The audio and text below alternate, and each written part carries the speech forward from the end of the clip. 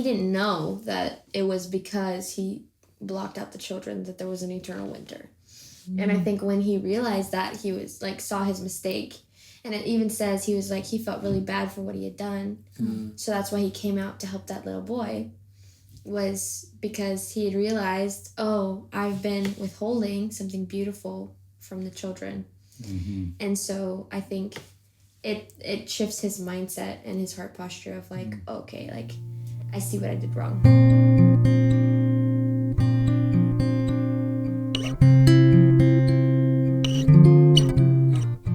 Welcome back to the Rooted Minds podcast, where we come together as a family to talk about the power of stories.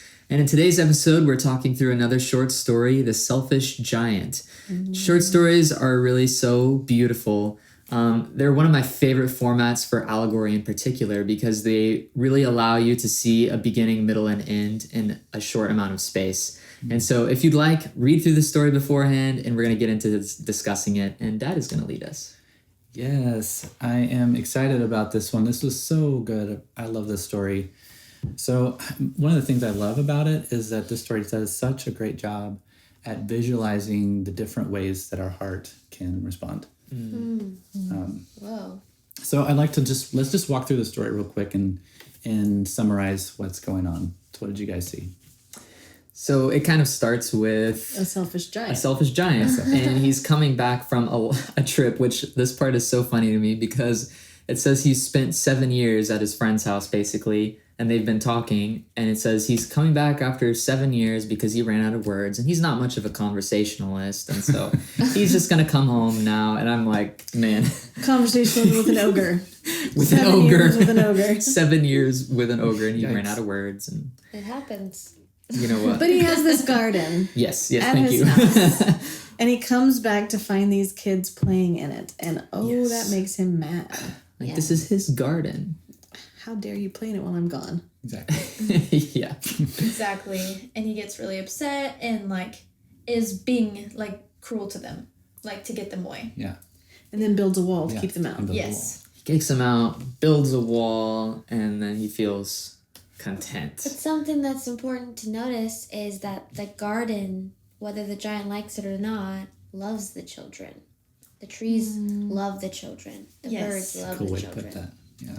And so you You know, see their spring and progression. summer stay while the kids are there. Yes. But once the kids are gone, it's only winter. It turns into eternal winter. Yes, exactly. And he starts to get very tired of that winter. And he's like he's living in this cold, barren land now after he's gotten all the kids out. And one day he notices a tree kind of far away that has some blooms on it, some leaves. And he's like, oh, no way, like spring.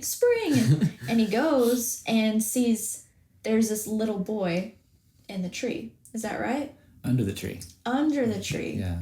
Well, because Yeah. some kids had snuck in, and the trees were so excited to see them back. But once the giant came out, it scared all the kids away except for one, the little short guy that couldn't climb up the tree. And he only didn't run away because he didn't notice. He was too sad of not being able to get up the tree, and so he just Crying. didn't even see the giant coming. Yeah, and there's a lot of personification in this where the seasons are speaking, and the tree even says, "Come on, buddy, come on, climb my branches." Yes. But he couldn't. Personification is one of my favorite things. So the giant decides to help the little boy up into the tree, and the boy loves it, the tree loves it, the boy gives the giant a hug and kiss and so thankful, and it like softens the giant's heart completely. Completely melted. And then when all the kids see the giants nice again, they come back and come and play in the garden again, and spring returns. And this time the giant plays with them. Yeah. He does. It's so sweet. But this little boy is elusive to him. He's always asking, like, where's the little boy that I love so dearly? Where's the little boy that I met? And he never finds him again. Until much later in the story. After many, many years of playing with the kids, he's gotten old. It says, like, now he's familiar that spring comes and spring goes. He's not scared of the winter. He's not scared of the winter. And at the very end, he sees the little boy again. Like, does he find the little boy? Does somebody tell him? The little boy's in his garden again. He shows up. Just shows up Yeah. in his garden. And he runs to go see the little boy and sees that the boy is wounded. He has wounds in his wrists and wounds in his ankles. Yes. This is the surprise. And the giant story. gets so angry. He's like, "Who hurt you? Like, I'll just go kill him real quick." You know, like Yeah. he gets so mad. But then Very the little protective. boy was like, I mean, I can't remember exactly what he said. He says, like, these are the wounds of... The wounds of love. Yeah. Yeah. And ends up telling him that, hey, you've made this garden. I've made a garden too. I've been preparing a garden for you to come in today, and it's my paradise. And that day, the giant is found dead with a tree full of blossoms next to him. So it's amazing how he shifts the story. So this is Oscar Wilde that tells this story, and he wrote it to be read aloud to children, incidentally, and so I felt like very much like a kid reading this and listening to it. We love that.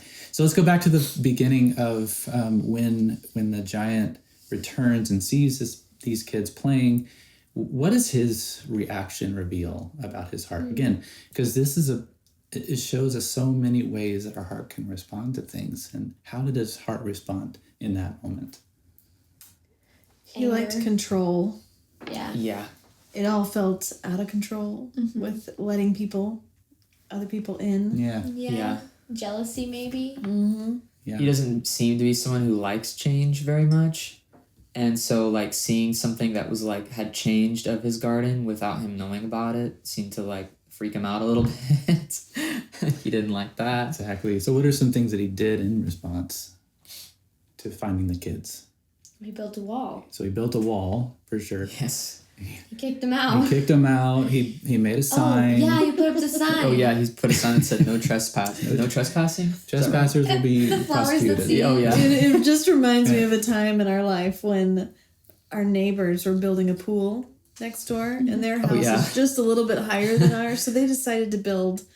I mean, how tall is that fence? 8 foot, maybe. 8 foot. I feel like it's the fortress of solitude, and they built it with massive. the fence boards overlapping, so there is no way to You can't To see peek through the through. Yeah. cracks. So but what do our kids do? They push the plastic slide over as close as they can and climb and sit on the top, see you it. know? Like over it. children, you don't keep them out. Their wonder, their joy, their excitement is like part of the sweetness of neighbor. And it's so interesting because we don't have relationships with those neighbors versus the ones that say, here's more chalk. Come draw on my side. If you run out of room on your driveway, to draw on mine. Yes. Such a different Yeah. experience. It's a hugely different one. And so this wall is, there's so many ways we could talk about a wall. I mean, especially when it comes to our emotions, our own heart and stuff like that. And just thinking about thinking about our heart as a garden, and we tend, there are ways in which we protect our hearts as well. But for this giant, when he put up the wall, what did it look like inside? Winter, barren, dead. Yeah. Yeah. And it's interesting because Oscar Wilde personifies the elements of the winter as well. Like the where north it's like, wind. yes, like Tyrant. the north wind, hail is one of them. Like they all start gathering and just doing whatever they want in his garden, which was exactly what he was trying to protect himself from by putting up the wall The children. with the children. But instead the hail comes and it's ruining his roof, and the wind is Yeah. blowing all of his stuff around and Yeah. covering the flowers with the frost. And Well, it's interesting also to think about, like, obviously he's a relational giant. He went and had a True. 7-year conversation with an ogre. Right? No less. Yeah. and felt like he was too introverted to And well, he is too introverted. But he comes back and he doesn't know how to relate to these children. yeah. Because they're not wanting to just talk, sit and have a deep conversation. Yeah. They're wanting to play and do silly things and possibly disrupt. But obviously the garden is thriving Yeah. in their play, but he doesn't know how to join them in it. And so it scares him Yeah. and he shuts it Insightful. off. And in doing so, like, it seems like he has this, like, relationship with his garden, in a sense, because this is But what he he's left protecting. it for 7 years. Even though he left it. And so whenever he's putting up the sign, for instance, there's a part in the story where it says like the flowers are trying to come up through the snow and they see yeah. the sign. It says no And they're like, trespassing. "Forget They're that. Never mind. Never I'll go mind. back into the dirt." That's Yeah. wild. Because they felt bad for the children. Right. So the garden itself feels pretty neglected by the giant Yeah. or relationally cut off by him as well. Well, Yeah. So much of this is about like when you see the different seasons, like summer is indicative of like warmth and life, and even spring, the same life. And whereas winter is closed off, disconnected, cold, all those things. So, but there's a point of kind of like a little hint of warmth that comes back into the garden at one point where there was only snow and ice. Suddenly he sees flowers again. What happened there? Well, the children snuck in. So the children snuck in. Yeah, so there's this change that begins at this point. I think. How would you describe that change, and what happens in the story I that think helps you see that? he didn't know that it was because he blocked out the children that there was an eternal winter. And I think when he realized that, he was like saw his mistake. And it even says he was like, he felt really bad for what he had done. So that's why he came out to help that little boy, was because he had realized, oh, I've been withholding something beautiful from the children. And so I think it shifts his mindset and his heart posture of like, okay, like I see what I did wrong. that's so interesting because it reminds me almost of like the life of Paul. Like the zealousness Oh, wow. of protecting the garden, That's cool. but doing Whoa. it, not understanding that the garden actually, like the joy had already come. It's meant to be enjoyed by everyone. Wow. Yes. And so so good. there's this piece of like beauty in the giant, even like recognizing that he was wrong and being willing to do something differently. Yeah. I think that's really interesting that you bring up Paul, because it's almost like his salvation came from the very ones he persecuted.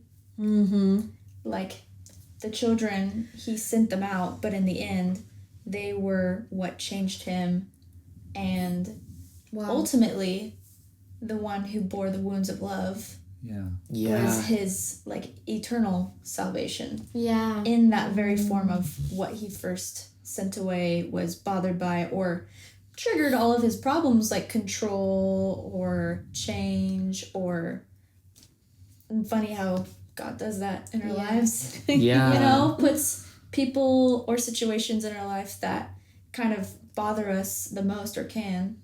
Yeah. But really it's for our good, to bring joy into our life, To interrupt some kind of Yeah. wrong thinking. Yeah. That's so good, because even like with Paul, his eyes were opened when he encountered Jesus on the road.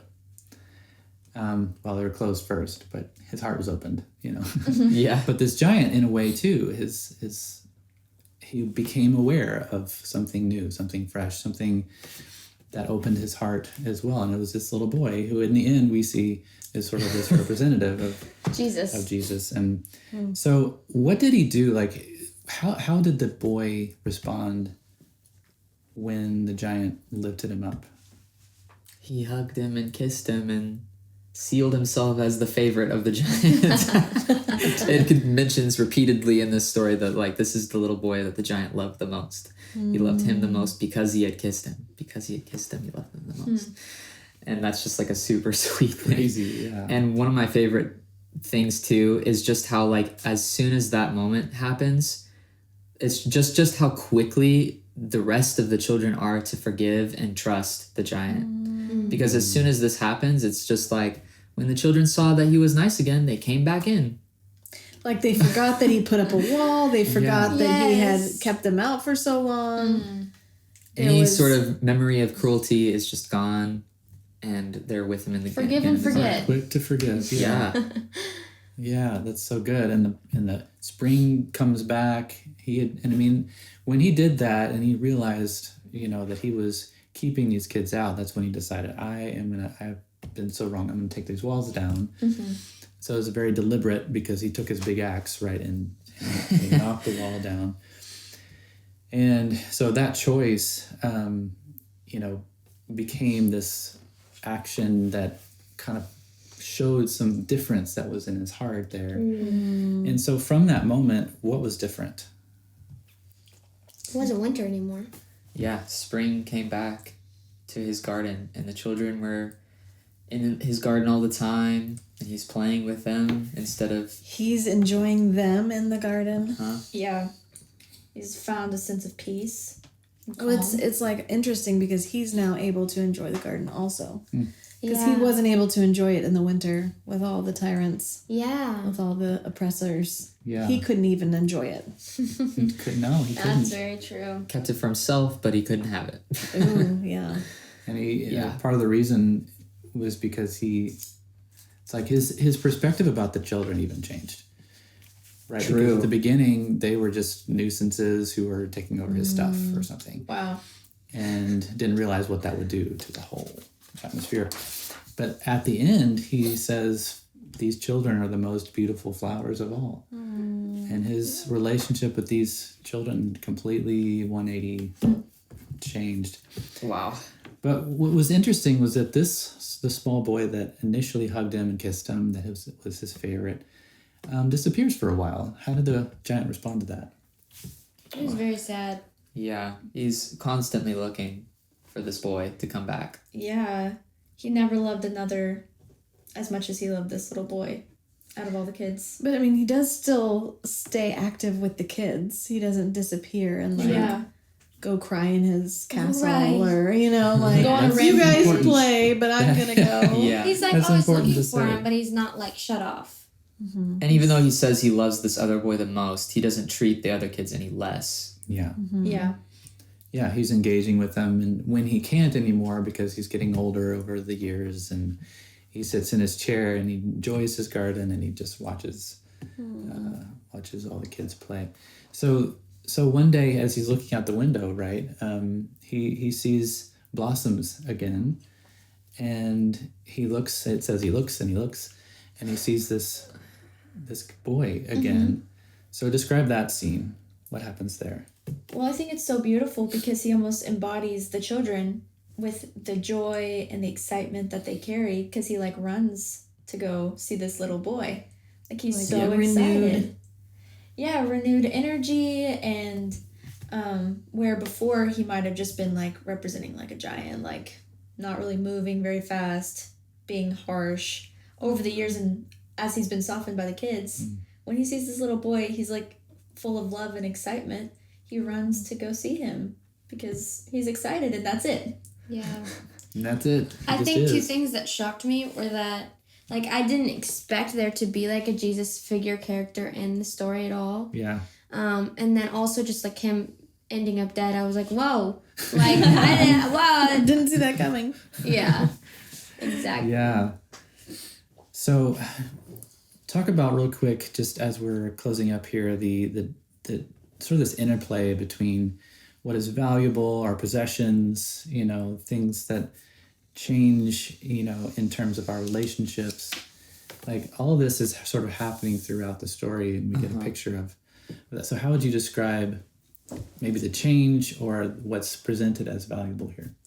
Well, one thing that I think is just so powerful about this story is, like you said, this was written as like a children's story to be read aloud to children.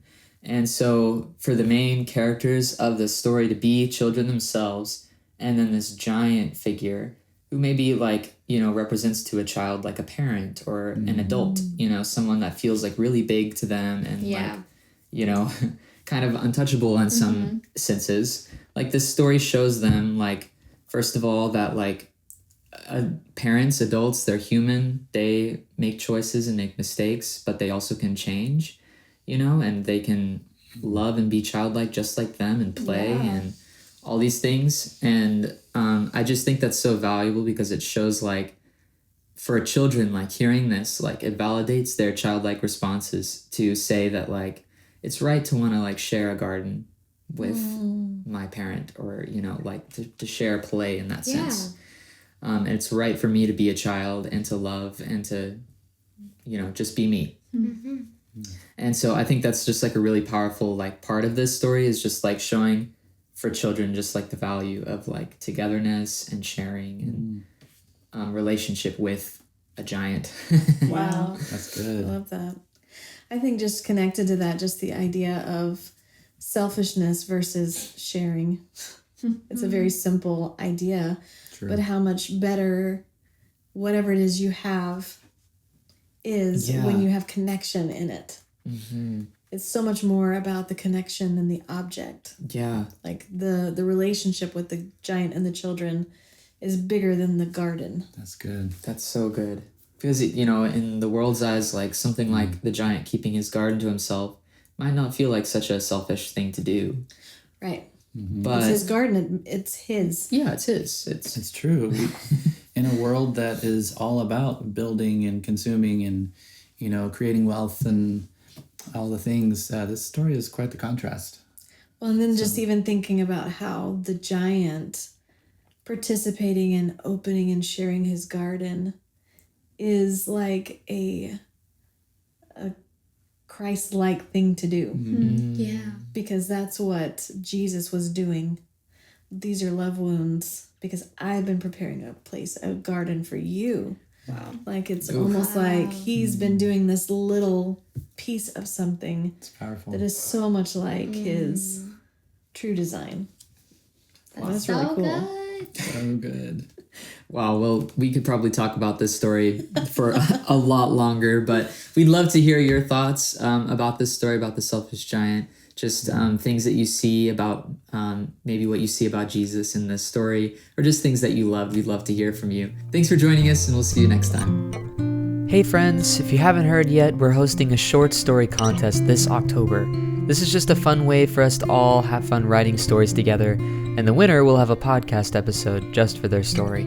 If you're interested, check out the links in the description.